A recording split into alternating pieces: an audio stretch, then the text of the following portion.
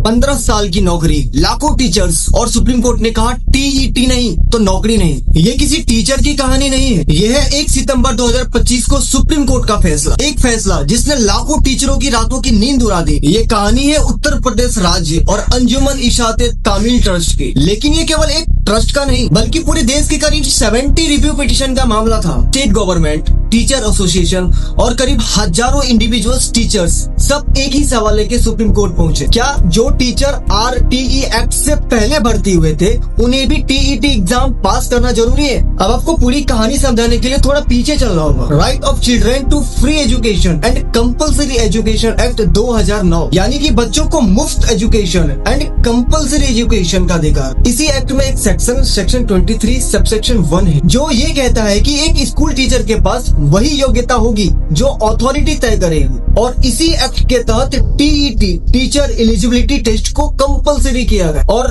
2017 में इस एक्ट में अमेंडमेंट हुआ। अब सेक्शन 23 सबसेक्शन 2 के तहत स्टेट गवर्नमेंट उन टीचर्स को ट्रेनिंग दे सकती थी जो टीईटी एग्जाम क्वालिफाइड नहीं कर पाए थे। लेकिन 1 सितंबर 2025 को सुप्रीम कोर्ट ने अंजुमन केस में एक बहुत बड़ा फैसला सुनाया। कोर्ट ने कहा देखो आरटीई एक्ट 1 अप्रैल 2010 से लागू हुआ था, 2017 में अमेंडमेंट हुआ, अब 2025 है यानी कि 15 साल बीत चुके हैं। तो अब हम क्लियर कर देते हैं। नंबर 1, आरटीई एक्ट हर तरह के स्कूलों पर लागू होगा, चाहे वो माइनॉरिटी हो चाहे नॉन माइनॉरिटी हो। नंबर 2, टीईटी एग्जाम सिर्फ सर्विस ज्वाइन करने के लिए नहीं, सर्विस में बने रहने के लिए भी कंपलसरी है। यानी एक बार सर्विस ज्वाइन होने के बाद भी अगर आप टीईटी एग्जाम पास नहीं करते हैं तो आपकी नौकरी नहीं बचेगी। कोर्ट ने उन टीचर्स के लिए जिनके पास रिटायरमेंट में 5 साल से ज्यादा बचे हैं उन्हें 2 साल का टाइम दिया, यानी 31 अगस्त 2027 तक। और जो टीचर प्रमोशन लेना चाहते हैं उनके लिए टीईटी एग्जाम कंपलसरी होगा, चाहे उनका सर्विस कितनी भी बची हो। लेकिन सबसे बड़ा ट्विस्ट ये है कि इस फैसले के खिलाफ करीब 70 से भी ज्यादा रिव्यू पिटीशन आए। स्टेट गवर्नमेंट ने कहा लाखों टीचर्स बेरोजगार हो जाएंगे। टीचर एसोसिएशन ने कहा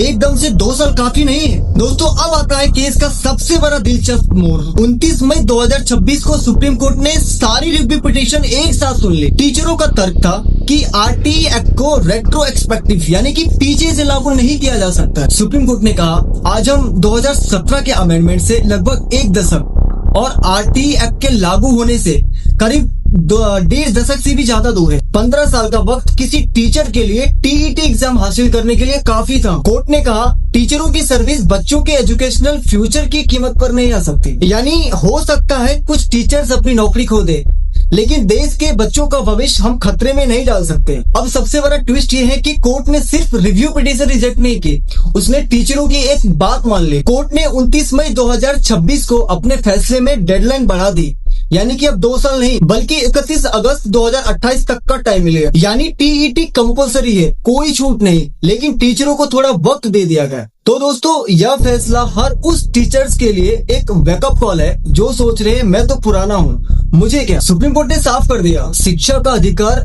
बच्चों का है, टीचरों का नहीं। अगर आप टीईटी एग्जाम पास नहीं करते हैं, चाहे आप 20 साल नौकरी कर चुके हैं, आपकी नौकरी नहीं बचेगी। तो लाखों टीचर्स के लिए ये फैसला एक चुनौती है, लेकिन देश के करोड़ों बच्चों के लिए ये फैसला एक वरदान है। जय हिंद।